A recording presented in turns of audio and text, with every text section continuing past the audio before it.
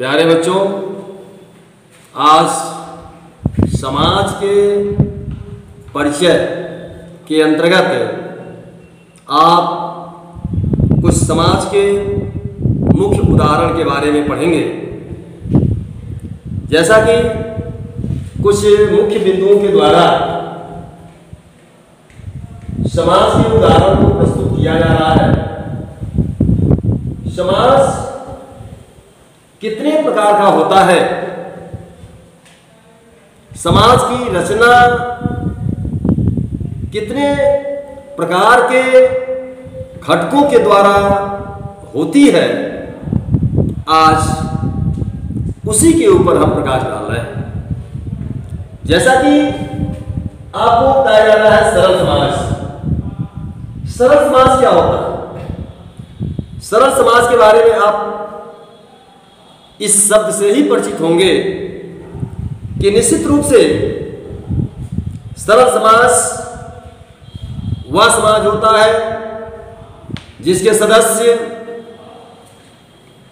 अपनी परंपरागत का मतलब परंपरा के अनुसार सामाजिक स्थिति के प्रति जागरूक रहते हैं, जिसमें सभी सदस्य अपनी परंपरागत सामाजिक स्थिति के प्रति जागरूक रहते हैं। इसी जागरूकता के आधार पर वे आपसी संबंधों की स्थापना करते हैं। ऐसे समाज को हम सरल समाज कहते हैं। अर्थात हम कह सकते हैं ऐसे समाज का निर्माण सरल और प्रत्यक्ष संबंधों के होने के कारण होता है। सरल और प्रत्यक्ष संबंध ही सरल समाज का निर्माण करता है। दूसरा बिंदु है जटिल समाज। समाज जटिल कब होता है? जब किसी समाज का निर्माण परिवर्तनशील और दिखावटी संबंधों के द्वारा होता है। जैसे आप आजकल देख रहे हैं विभिन्न कार्यक्रमों में विभिन्न प्रकार के लोग किस प्रकार की व्यवस्था कर रहे हैं। व्यवस्था इतनी जटिल होती जा रही है, समझ पाना मुश्किल हो रहा है, व्यय भी बहुत काफी बढ़ रहा है। यह आजकल जटिल समाज का उदाहरण है। इससे व्यक्ति का आय के अनुरूप व्यय कई गुना अधिक हो रहा है। यह सब जटिल समाज के उदाहरण हैं। जटिल समाज में दो शब्द आता है, परिवर्तनशील और दिखावटी। लोग एक दूसरे को देख करके अपने आप को जटिल बनाते जा रहे हैं और जटिल स्वयं होते जा रहे हैं, जिससे उनके ऊपर व्यय बढ़ता जा रहा है। सामाजिक व्यय भी बढ़ रहा है, आर्थिक व्यय भी बढ़ रहा है और मानसिक उत्पीड़न भी हो रहा है। मानसिक भार भी जो है उनके ऊपर पड़ रहा है। इस तरह से वे कमजोरी से दब जा रहे हैं। तो ये जटिल समाज का बहुत अच्छा जो है उदाहरण है। दूसरे शब्दों में हम कह सकते हैं कि निश्चित रूप से औद्योगिक और नगरीय विशेषताओं वाले जो समाज होते हैं, जैसे औद्योगिक, जैसे आप सोच रहे हैं हम कोई उद्योग धंधा करें जिससे हमारी रोजी रोटी चले, तो ऐसे समाज की जब स्थापना करेंगे आप तो इस समाज को औद्योगिक समाज कहेंगे। नगरीय समाज क्या है? जब आप अपने रोजी रोटी की तलाश में नगरों की तरफ पलायन करेंगे, गांव को छोड़कर नगरों की तरफ पलायन करेंगे और वहां एक समाज की स्थापना करेंगे, तो इस प्रकार के समाज को हम नगरीय समाज कहते हैं। तो इस तरह से औद्योगिक और नगरीय विशेषताओं वाले समाज जटिल समाज के बहुत अच्छे उदाहरण हैं। अब आ गया सवाल, आदिवासी समाज। आदिवासी शब्द से आप परिचित होंगे। आदिवासी का मतलब पहले के लोग जो हुआ करते थे, जिनको किसी प्रकार का ज्ञान नहीं था, न तो उनको खाने पीने का ज्ञान था, वस्त्र पहनने का ज्ञान था, ऐसा कोई उनके पास ज्ञान नहीं था, सभ्यता नाम की कोई चीज उनके पास नहीं थी। ऐसे लोगों को आदिवासी की संज्ञा दी गई। तो आदिवासी इसके अंतर्गत जो है, जैसे नियंत्रण का जो साधन है, जैसे धार्मिक विश्वास, नैतिकता और लोकाचार, ये सब जो है उनके पास बिल्कुल नहीं थे। और धीरे धीरे उनके अंदर इन सब चीज़ों का समावेश होता गया और परंपरावादी संबंधों का जन्म हुआ। और इन्हीं संबंधों से पैदा होने वाली जागरूकता और समानता चेतना समाज से अलग होती है और इस तरह से ऐसे समाज की स्थापना करती है। अब यहां जो पॉइंट है वह ग्रामीण समाज की है। ग्रामीण समाज से आप स्वयं परिचित होंगे। गांव के लोग आपस में जो संबंध स्थापित करते हैं, पारस्परिक संबंध स्थापित करते हैं, तो ऐसे समाज को हम कहते हैं ग्रामीण समाज। उनमें घनिष्ठता होती है, उनमें सामूहिकता होती है, तो ऐसे समाज को ग्रामीण समाज कहा जाता है। नगरीय समाज के बारे में ही मैं बताया हूं कि अधिकांश व्यक्ति अपने निजी स्वार्थों के आधार पर एक दूसरे से संबंध स्थापित करते हैं और निश्चित रूप से ऐसे जो संबंध होते हैं ये मुख्य रूप से राज्य के कानूनों द्वारा निर्धारित होते हैं। ऐसे संबंधों को द्वितीयक संबंध भी कहा जाता है, सेकेंडरी रिलेशनशिप भी कहा जाता है। इस तरह से जब संबंधों का निर्धारण विभिन्न सामाजिक और सांस्कृतिक परंपराओं जैसे प्रथाओं, रीतियों, लोकाचारों, धार्मिक विश्वासों के आधार पर होता है,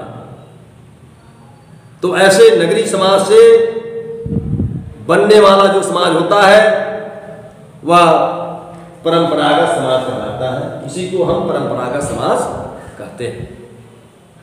अब दूसरी ओर आधुनिक समाज आ गया, जो आजकल चल रहा है, जिसमें व्यक्तियों के बीच स्थापित होने वाले जो संबंध हैं, ऐसे संबंध वह अवैयक्तिक होते हैं और उनमें तेजी से परिवर्तन भी होता रहता है। ऐसे समाज को हम आधुनिक समाज कहते हैं। और औद्योगिक समाज क्या है? औद्योगिक समाज जब व्यक्ति व्यक्तिगत लाभ और औद्योगिक उत्पादन से प्रभावित होते हैं और प्रभावित होने के बाद एक ऐसे समाज की स्थापना करते हैं, तो ऐसे समाज को औद्योगिक समाज कहते हैं। इस तरह से इन समाजों की स्थापना होती है। अब आइए हम आपको बताते हैं कि आज से बहुत पहले ग्रीक विद्वानों ने व्यक्तिवादी दृष्टिकोण के आधार पर समाज की प्रकृति को स्पष्ट करते हुए एक सिद्धांत प्रस्तुत किया।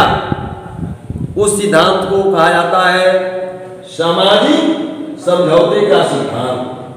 सामाजिक समझौते का सिद्धांत। तो ग्रीक विद्वानों में कौन कौन से विद्वान प्रमुख है? हाब्स, जॉन लॉक और रूसो। इन लोगों ने सामाजिक समझौते का सिद्धांत प्रस्तुत किया है, प्रतिपादित किया है। अर्थात कह सकते हैं हाब्स, जॉन लॉक और रूसो सामाजिक समझौते के सिद्धांत के प्रतिपादक थे? ये प्रश्न भी आ सकता है।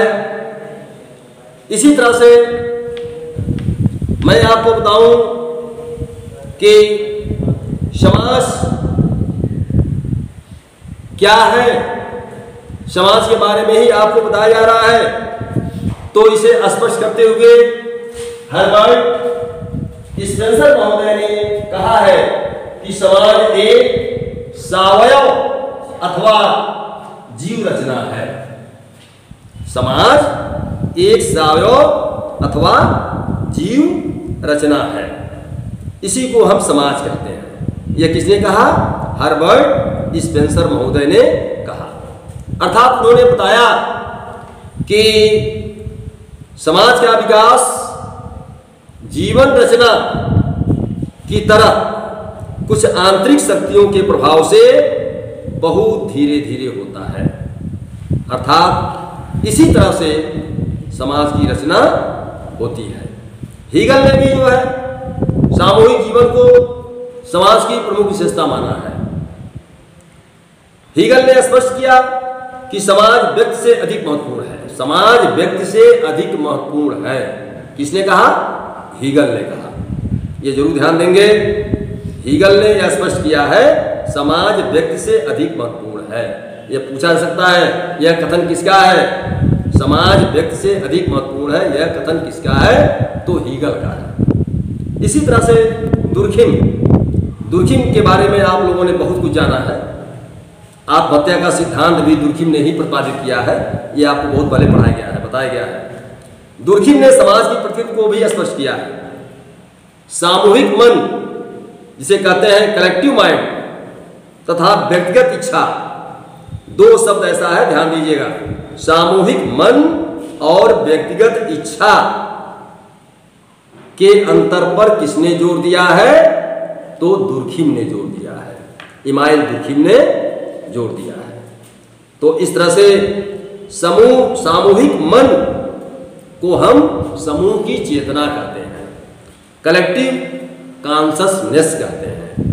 तो इस तरह से हम व्यक्तियों के पारस्परिक संबंध भी सामूहिक चेतना की प्रकृति के अनुसार स्थापित होते हैं। इसी सामूहिक चेतना को हम समाज कहते हैं, सोसाइटी कहते हैं। अब आइए हम आपको बताते हैं बहुजन समाज के बारे में। बहुजन समाज क्या है? बहुजन का मतलब होता है बहुत से लोगों के द्वारा मिलकर के जिस समाज की स्थापना किया जाए उसे बहुजन समाज कहते हैं। बहुजन दृष्टिकोण को बहुलतावादी दृष्टिकोण भी कहते हैं। इसे अनेकतावादी दृष्टिकोण भी कहते हैं, क्योंकि इसमें अनेक लोगों का सिद्धांत होता है, अनेक लोगों का मत होता है। इस दृष्टिकोण को स्पष्ट करते हुए हार्लम बोस ने लिखा है कि वर्तमान युग में जब औद्योगिकरण बढ़ता गया तब एक दूसरे से भिन्न स्वार्थों वाले समूहों में वृद्धि आरंभ हुई। तब एक ओर श्रम विभाजन बढ़ने लगा और दूसरी ओर आर्थिक और राजनीतिक संगठनों की संख्या बढ़ने लगी और जिनके द्वारा लोग अपनी शक्ति को बढ़ा चढ़ा करके अपने स्वार्थ को पूरा करने में लग गए। इसके फलस्वरूप सामाजिक, आर्थिक, राजनीतिक संबंधों का जो नया रूप सामने आया, उसी से एक समाज की स्थापना हुई और उसी समाज को कहा गया बहुजन समाज। उसी को बहुजन समाज कहा गया। बहुजन समाज की परिभाषा को स्पष्ट करते हुए E.A. सिल्स ने स्पष्ट किया है कि ऐसे राष्ट्र राज्य से है जिसमें समाज की शक्ति किसी एक समुदाय तक ही सीमित नहीं होती, यानी किसी एक समुदाय तक ही सीमित नहीं होती, उसे बहुजन समाज कहते हैं। अब यहीं पर जो है यह बिंद समाप्त होता है और कल आप बहुजन समाज के बारे में पुनः अध्ययन करेंगे।